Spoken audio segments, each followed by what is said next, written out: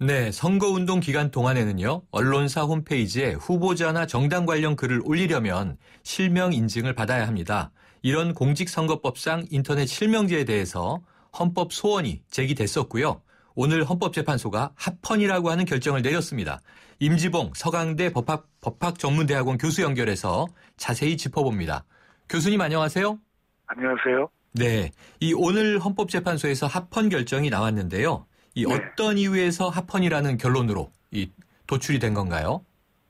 예, 선거운동 기간 중의 인터넷 언론사 홈페이지 등에 글을 올릴 때 그 실명 확인 조항이 인터넷 그 언론사 게시판 이용자의 정치적 표현의 자유나 개인정보 자기결정권을 침해하는 것도 아니고 또 인터넷 언론사의 언론의 자유를 침해하는 것도 아니다라는 결론을 내렸고요. 네.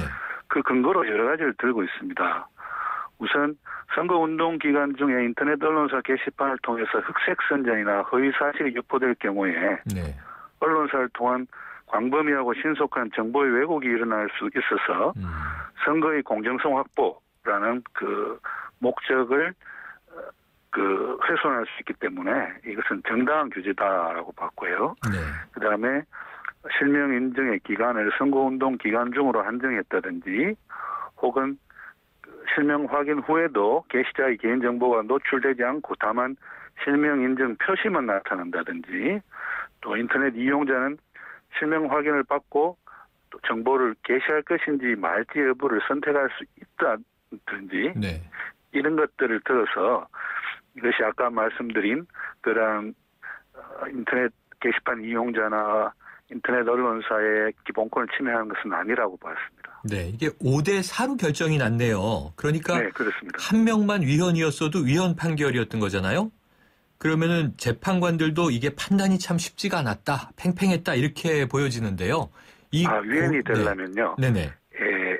6명의 재판관이 위헌이라고 해야 됩니다. 9명 중에. 그렇기 때문에 지금 5대 4라는 것은 위헌이 5, 합헌이 5. 합헌이 5, 네, 위헌이 4라는 거죠. 그렇기 때문에 위헌이 4명이었고 2명이 더 위헌이라고 했으면 위헌이 될 수 있었습니다. 그러면 한 명이 위헌이라고 더 했으면 그게 헌법 불합치 이렇게 되는 건가요?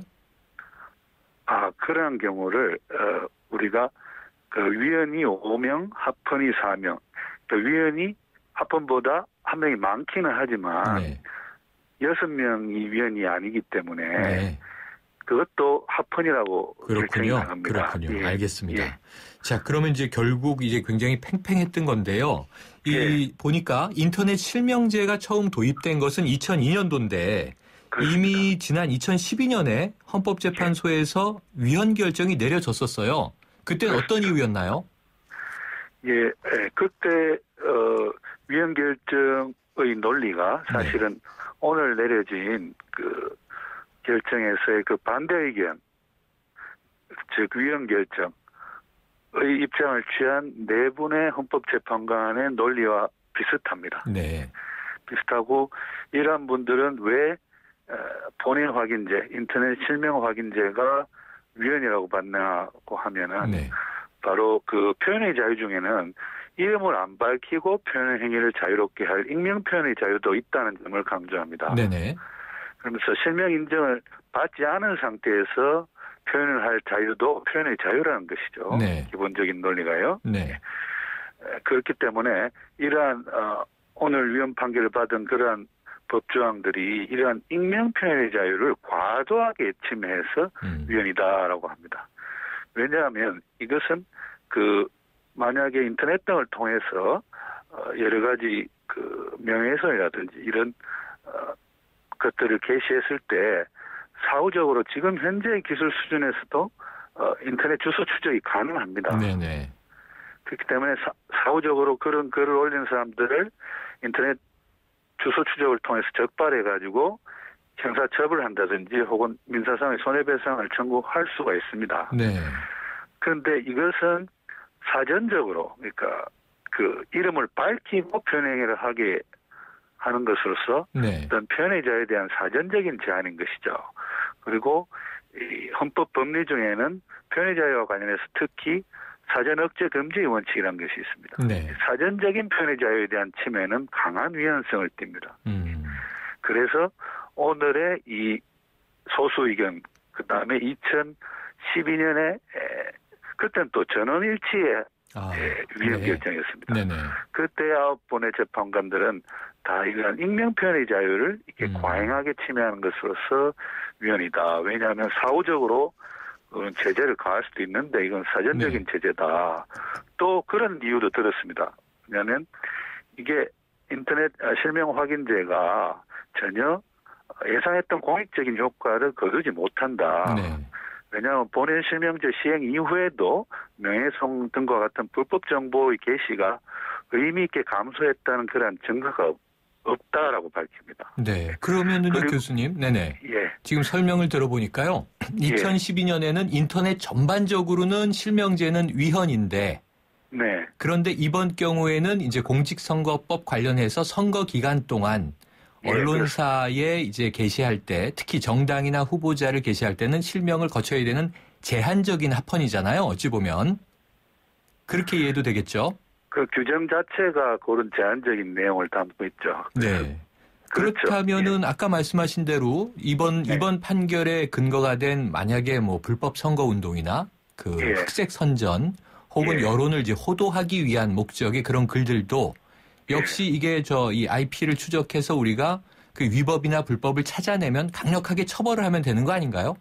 그렇습니다. 그리고 지금 공직선거법에도 그러한 흑색 선전 등을 하는 사람들을 처벌하는 강력한 처벌 조항이 있습니다.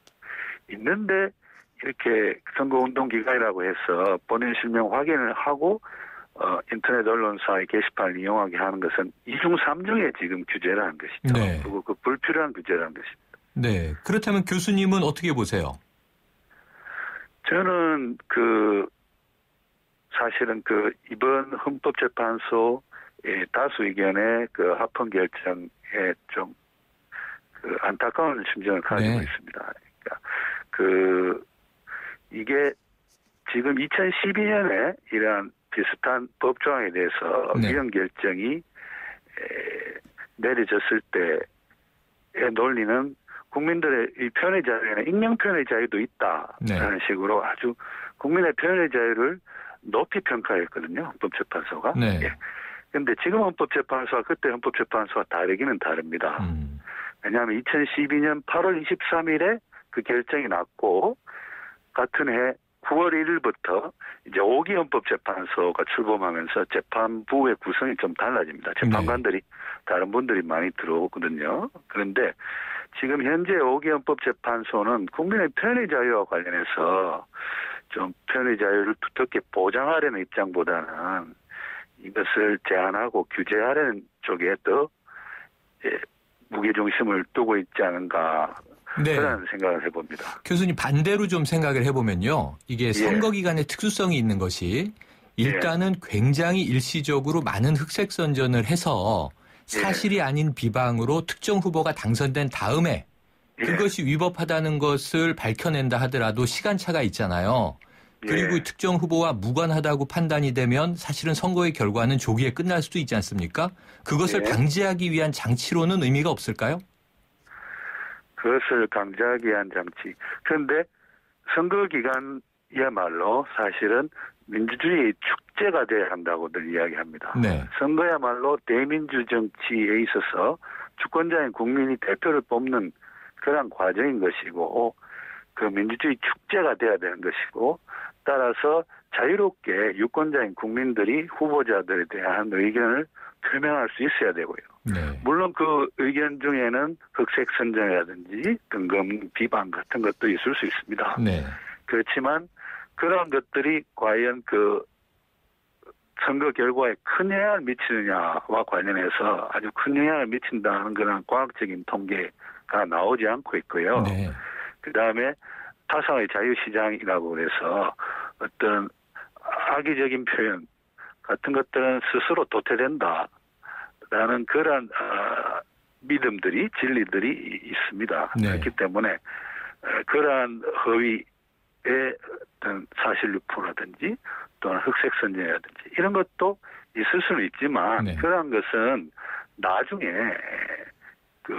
그런 것을 처벌할 수 있는 형사처벌하고 또 민사상의 손해배상을 할 수도 있고 그런 조항들이 현행의 선거법에도 있거든요. 네. 그러한 조항들을 통해서 규제하면 되는 것이지 애초에 선거기간이라고 해서 그 어떤 표현 행위를 할 때 이름을 밝히게 하는 것 그것은 표현의 자유를 특히 익명 표현의 자유를 위축시킬 수 있어서 위헌이다라는 입장이 많다는 것이죠. 네, 교수님 알겠습니다. 오늘 말씀 감사합니다.